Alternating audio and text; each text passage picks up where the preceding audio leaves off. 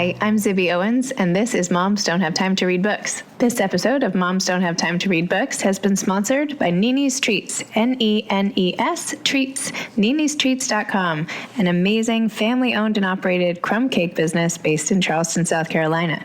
You can buy their delicious crumb cakes at nenestreats.com or on goldbelly.com. Nene's Treats, you won't leave a crumb.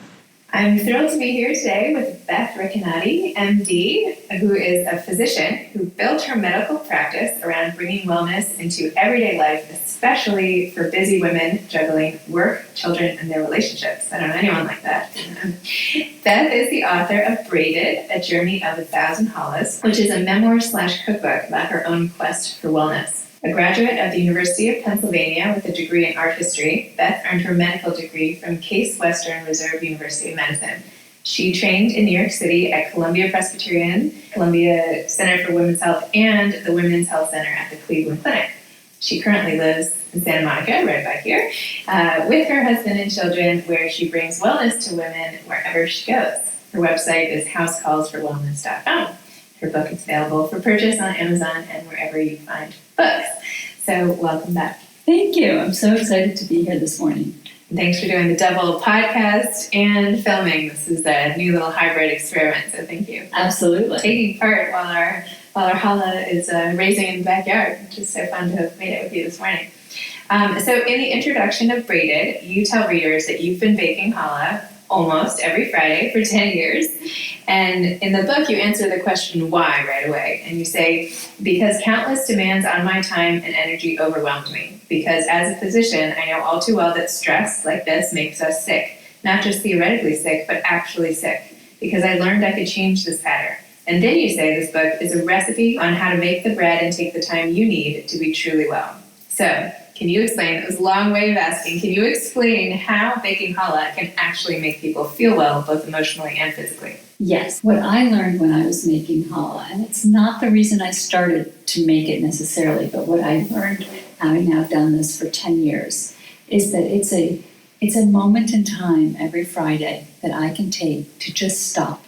To just stop and be present with all the ingredients as we did this morning. When your hands are in a bowl of flour, you can't be emailing, you can't be running the list of things to do. You're here, you're present. And for me, I have found that is the best antidote for stress. And stress, of course, causes medical issues such as heart disease, diabetes, cancer, you name it. Almost every illness I can think of is exacerbated by stress.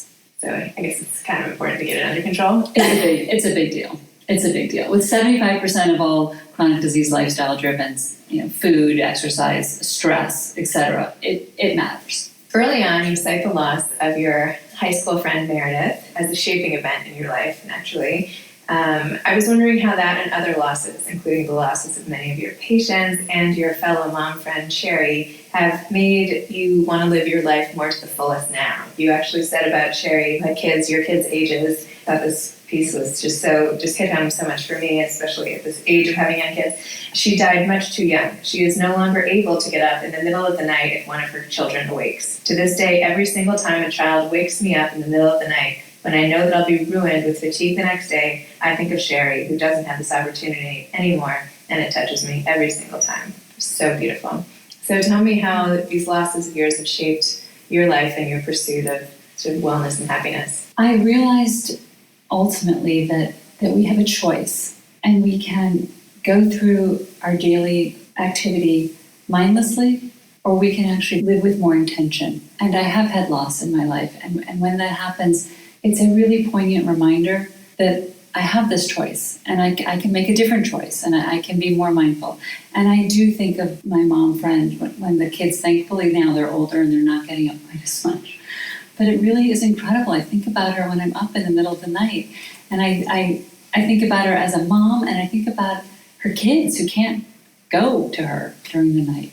So I really am I'm choosing to be more intentional because they're not here. And it's almost like it's a way to honor them and honor their life and their memory. And I like how you say in the book, and as you did this morning, that each time you make challah, you say it in merit of someone or in honor of someone. I feel like these people in your life, and I have lost people as well, it's nice to have a way to remember them on a weekly basis in a formalized way like that. I think it's so important to do that. And when you just put it out there in the universe, it just brings it home in a way that it may not otherwise. So you wrote your first cookbook for the blind when you were 15 years old. That's a crazy story. Let me hear it. What happened? How did that So come I was in high school.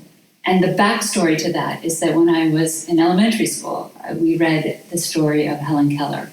And I was blown away by that. And I wanted to learn Braille, which I did and at that time. And then flash forward, now I'm in high school. And I had been doing some volunteer work. We lived in Cleveland and at the Cleveland Society for the Blind. And they had a mock kitchen. And so I was with some of the clients and watching and learning how they were learning how to navigate in the kitchen and talking with them about the foods that they eat. And most of them were, because they couldn't see and because it was hard to navigate in the kitchen, foods like bologna and Wonder White bread and all these things that I really didn't think were so healthy and good for them. But they're easy. And so we were really fortunate that Stouffer's is headquartered, or was at that time headquartered nearby in Solon, Ohio. And I was at a school that was also close by. And so I went to both the Sight Center, the Cleveland Society for the Blind, and to Solon, to Stouffer's, and wanted to modify all of their recipes into a new cookbook that would be in large print and Braille, so that hopefully they could, at least if they were going to be using quick, easy, convenient food, at least they could have the vegetable lasagna, for example, as opposed to a bologna sandwich. So it was a fun project. I worked on it during high school. Wow, that's amazing. And a great sort of segue into your new cookbook / memoir, which is amazing. You talk about eating disorders a little bit in the book and how you kind of flirted with one for a little bit, but avoided it. You also say you were very focused on your weight for years and that you could tell anyone what you weighed on various key days in your life, from starting 9th grade to studying for college finals to falling in love for the first time, which when I read, I was like, I totally know what I weighed at the beginning of high school. I totally know what I weighed when I fell in love. I have those numbers in my head. Also, I relate when you said, but fortunately, I can no longer tell you what I weigh now. Having children changed that for me. Overnight, I gained a new perspective. I am also not getting on the scale anymore, which is probably not good, but how has having children changed the way you feel about your body? It's an incredible experience to first be pregnant, and I was fortunate to have 3 children, and then I nursed them their first year and now take care of them. And to, when I was pregnant and then when I was nursing, to have to be really mindful of what I was eating for their health. And so it didn't matter anymore about me. And on a dime, it just didn't matter, which was great. And then after I had them, it was this incredible realization of what we can do, what our bodies can do as women. And we can bring these children into the world and nurture them and nourish them. Fortunately, it's just not an issue for me anymore as a result of that. So back to the book. So you explained in detail how to actually make the challah, which is really helpful for anyone who wants to start out. Each chapter is very clear from what you do, just great detailed directions. And then you actually poke fun at yourself at one point about your reluctance to experiment with the recipe. Even though you say it's forgiving, you say, it's not like I'm solving the Arab-Israeli conflict, it's just bread. So how come you're afraid to experiment? Is this recipe just the best? Or, I know at times you have, but what would make you more willing to do so? I was never a baker, and I was really nervous to mess with success, if you will. Mm-hmm. It worked. The first time it worked. It is a really forgiving recipe that I talk about in the book. And it worked, and it was so great that I was afraid. I thought, well, what if I don't want to ruin it? Right. So for a long time, I didn't touch it at all. I have recently started to try and manipulate it a little bit. Sometimes I actually recently tried and made the dough the day before and put it in the refrigerator, which I had actually never done. I have friends who do that and had told me about it for years. And I'll throw in ingredients maybe now that are, at the New Year we had apples and honey, and I didn't do that for a long time. Again, I didn't want to ruin it. But now it's okay. I find that extends to other things in life too, where I may be really hesitant to try and do something different. Because if it works, I'm afraid to rock the boat. But it's okay. Trying things is a good thing. I know how you feel. I'm like, something's finally set. I don't know. I am afraid. But okay, so many times in the book, you talk about how food is medicine. And obviously, we've heard this theory. Tell me your interpretation of that. How is food medicine? Oh, I'm obsessed. I do think food is medicine. I think that what we eat can really affect our health, and it can affect our health in so many ways. So I think, for example, there's been a lot of research around cruciferous vegetables, broccoli, sauerkraut, Brussels sprouts, kale, all of that.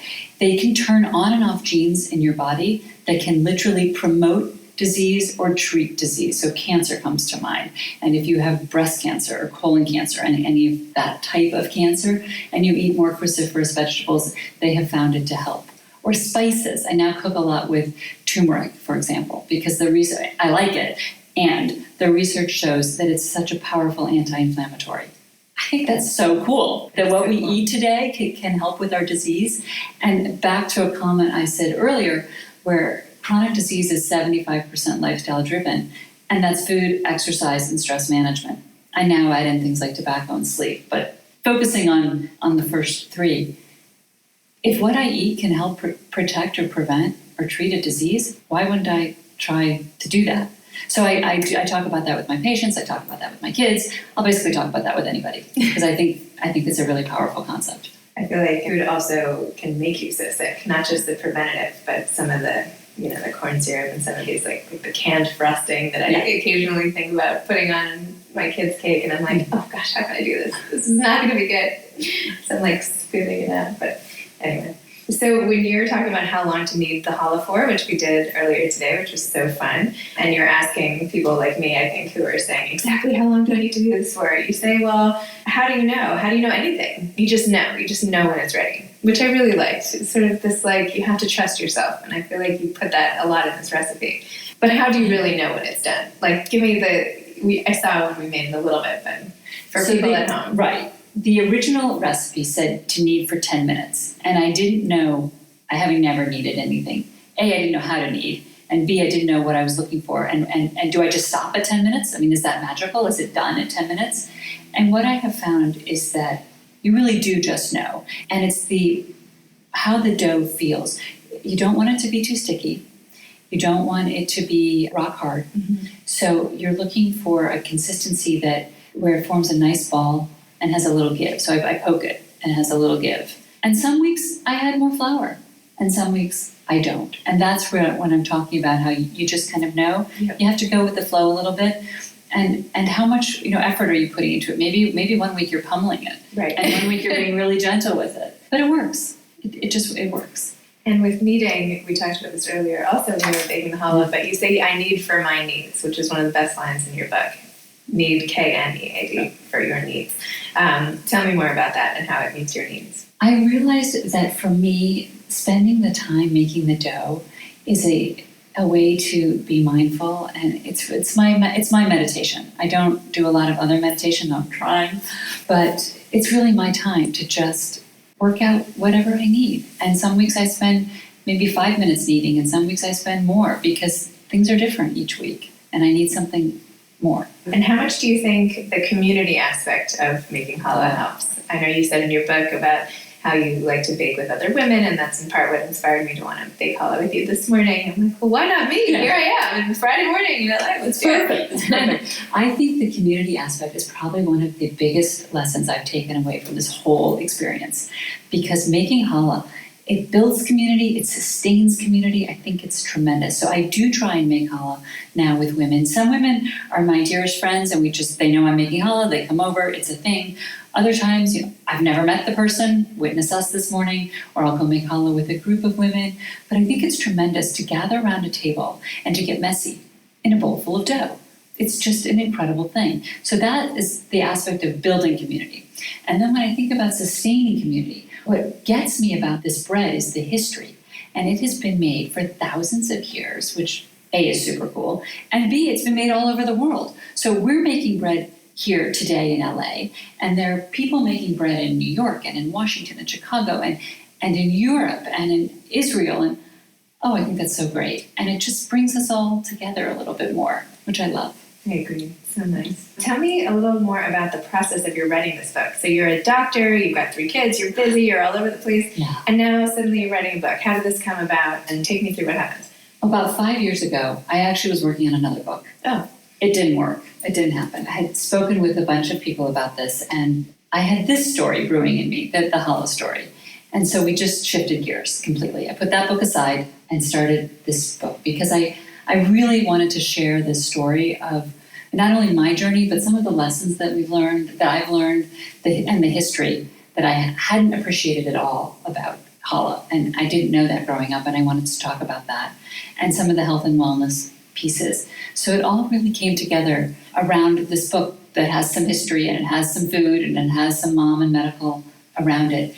Having never written a book and not knowing anything about that, I thought, okay, we're going to do this during the calendar year. Kids went back to school in August, and I want to have a manuscript in June. The good news is that happened. The longer, more difficult stories, it was a painful year because first I thought, okay, I'll just write a memoir. So I did, and it wasn't complete. It didn't really work.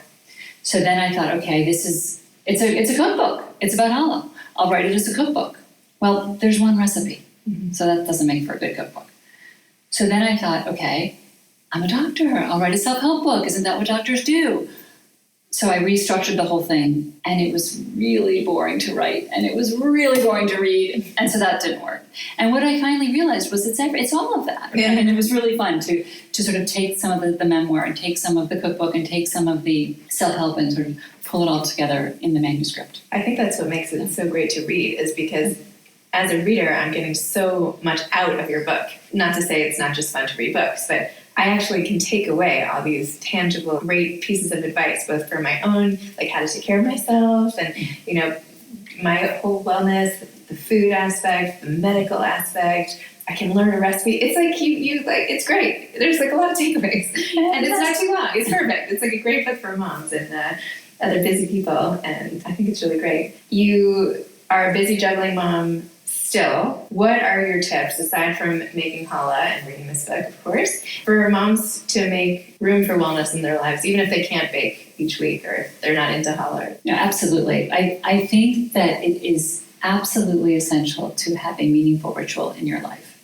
And it does not have to be baking at all. It can be gardening, it can be knitting, it can be salsa dancing, as someone just told me recently. It can be anything. It doesn't matter. And I also think that looking for the perfect thing is not probably the best way to go about it, because you'll spend all your time looking for it.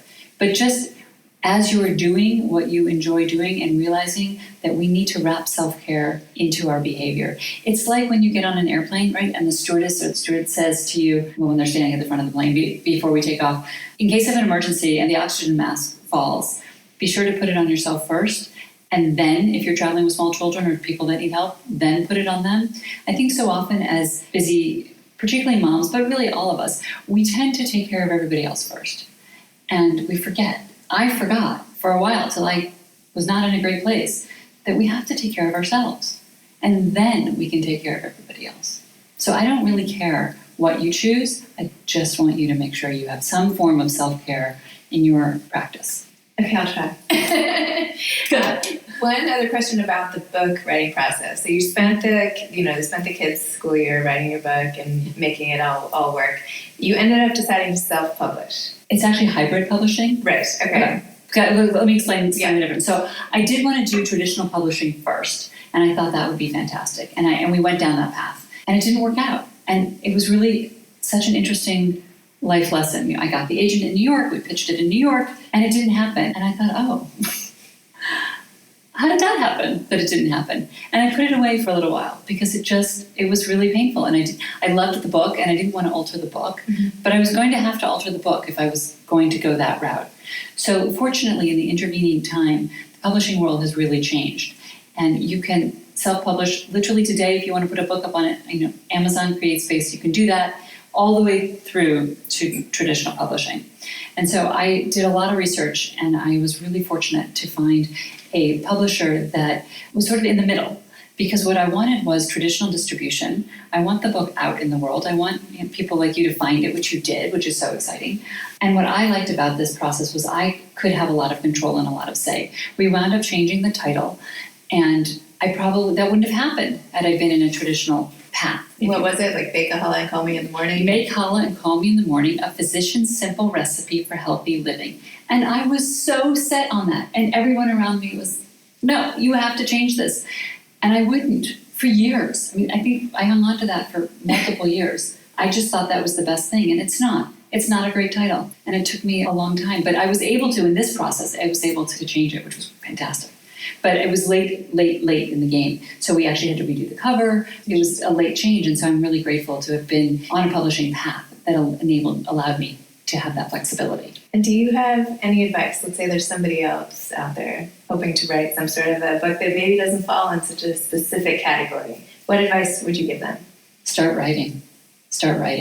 I think we all wait for the perfect time. There isn't a perfect time. I had to just make time. But I think that in terms of the writing process, just get down and do it. Even if you write for 5 minutes a day, just get a practice going.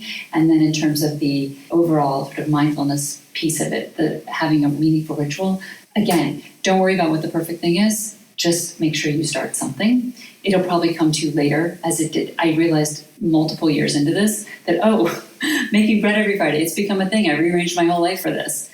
And that's when I realized actually the power of what I was doing. Excellent. Well, thank you, Beth, for sharing all your stories in this book, for sharing your time with me, and for listeners of Moms Don't Have Time to Read Books. And can't wait to taste our challah when it comes out. I know, me too. I'm excited. Thank you so much. Thank you. Thanks. This episode of Moms Don't Have Time to Read Books has been brought to you by Nini's Treats. Nini'sTreats.com, available also on goldbelly.com. Thanks to Ryan and Steve at Texture Sound for the audio editing and mixing. Thanks for listening.